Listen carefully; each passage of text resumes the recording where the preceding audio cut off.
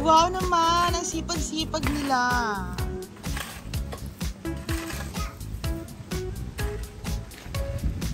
So, ayun na nga guys. Sila na po ang bago nating mga trabahador at magsisimula na po tayong magpagawa ng first floor. Charis. Very good.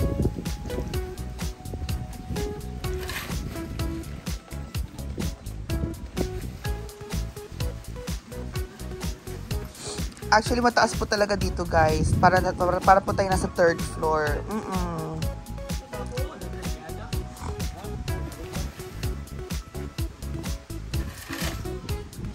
Naipasako, daghan pang sako. Sa sulod. Go, yan po naisip ni Nonon at ni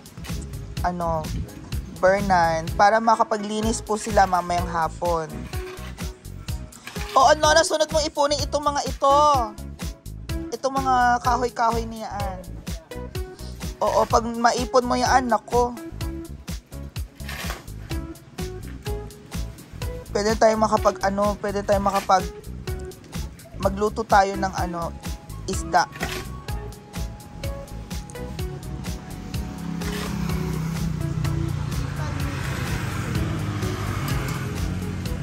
Opo, ayan nga po guys. Ayan po sila.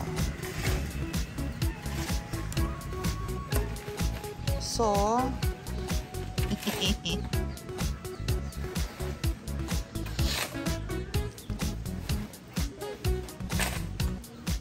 yan, go. Kasi yan din in-order namin na sand pa sa una. Madaming buhangin yan. Nababasa na lang, tapos mahalo. Mahalo na lang sa lupa, nababasa siya. So, naisip ni Nonon na mag-construction po siya today. Very good, Nonon and Nanan. Dahil dyan, ang ulam nyo ngayon ay hindi bulad.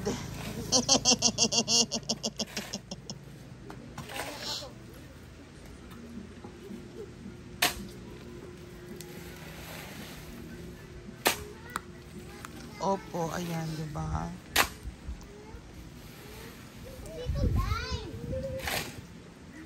Tsaka, madalas naglalaro lang po yung mga bata dyan, sila Kririn. Mabuti nga hindi sila dyan umietsos. Oo nga, buhangin nga yan, no? Alam mo ba, 2,000 din yan. Sige, punuin nyo pa. 2,000 din kaya isang niyan. Ayan. Pero guys, kung tinatanong nyo, nasan po ba si Abiel? Na. Ay po guys. Na. Nakaupo lang. Kakain ko lang po. O, nang lugag daw si Abiel eh. So, dahil dyan, frozen pa po ang ating. Ito, pwede na to. Hindi bulad ang ulamin. Abiel, lagyan mo siya ng sugat-sugat. Itong hotdog. Ilang sugat mo, tatlo? Parang lagyan mo siya ng sugat-sugat niya. Yung sugat-sugat sa gilid. Yan. Actually, igilid na natin yan dyan. Para ito, magagawa tayo ng sopas later.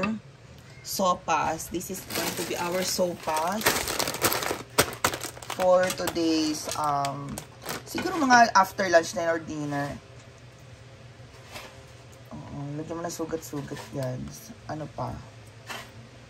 Yun lang.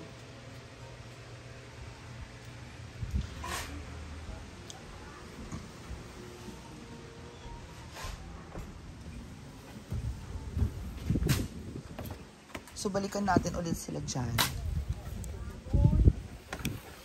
Go!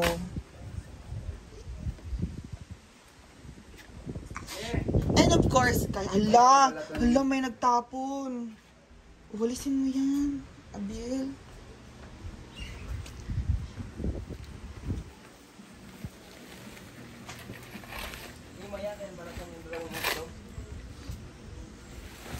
Mamaya na. Sa sopas, bibili lang tayo ng cabbage. Cabbage tsaka carrot. Ito yung cabbage later at saka carrot. Para makapagluto tayo ng sopas mamaya. Uy, ayan no. May... Saan mo yung lalagay nun? Saan mo yung lalagay nun? Ha? Dito lang. Para dili na siya maano ba? Diyan. Tapos malinis ito maghapon. Mamayang hapon after lunch, linisin natin ito. Parang sorry guys, nalulula ako. Visit. Nalulula. Nakakalula. Patanggal-tanggal natin yung mga bato-bato dyan, noon. Mamayang hapon. Ilabay natin sa kabila. No? Yung panay bato. Oo. Mabawasan natin yung mga bato. Abiel ha, kasama ka ha. May panonon dito sa gilid. Igilid mo dyan. O tanggalin mo yung buko, yung niyog, yung mga bato. Diyan natin ilagay. Paano yung buhangin na yan? Magagamit pa natin in the future. Magpapasemento po tayo sa ibaba para sa gagawin po natin na first floor guest room. So actually yung first floor guest room na yan, baba tayo. So guys, eto naman pong space na ito, pwede naman siya pong pagawahan siya. Nagtanong na po ako kay engineer sa una, si Engineer Daddy Garcia. And then, ang sabi po niya is, pwede naman pong lagyan yan ng flooring. So, pag nalagyan po talaga siya ng flooring, ang mangyayari dyan, bakit bumabagsak ang mga lupa dito? May akyat ng akyat. Hoy, linisan niyo itong agarahe ha. Tapos tanggalin ulit yung mga halahalaman. Guys, akala ko ito sili. Hindi pala ito sili. Niloko lang ako. Hindi siya sili. Nga, damo lang pala to, hindi to sili. Ayoko. Hoy, ano natin ha, yung ating hingi ka ate amin ng mga ano. Noon, hingi ka ate amin ng mga ano. Hello. So, eto po.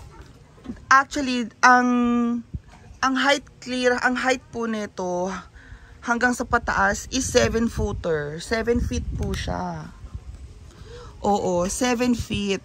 So, kung magpapagawa po ako, ang mangyayari is 7 feet dito, elevated.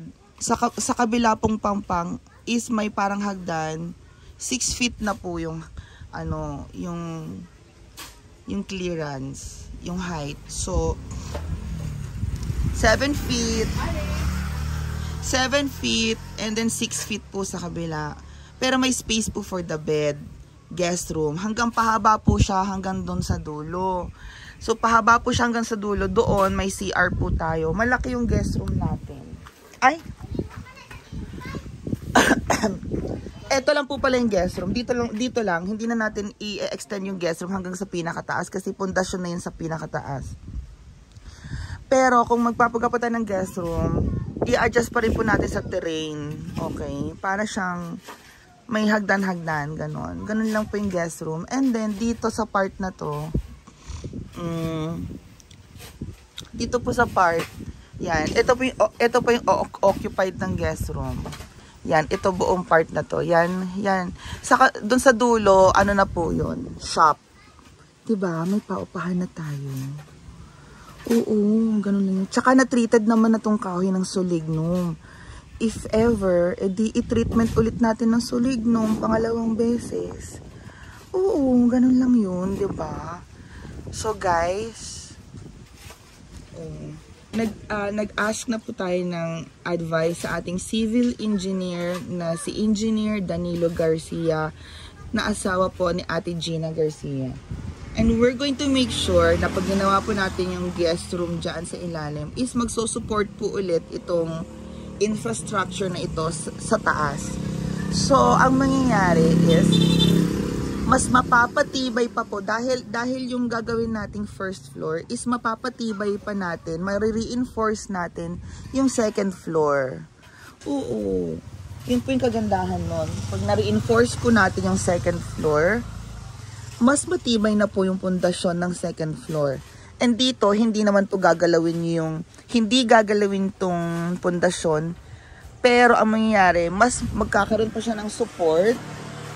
Magkakaroon to dito ng steel na pahaba na ganyan na steel support bracing, steel bracing. Tapos, sesementohan pa po dito. Oo. Sesementohan po lahat yan.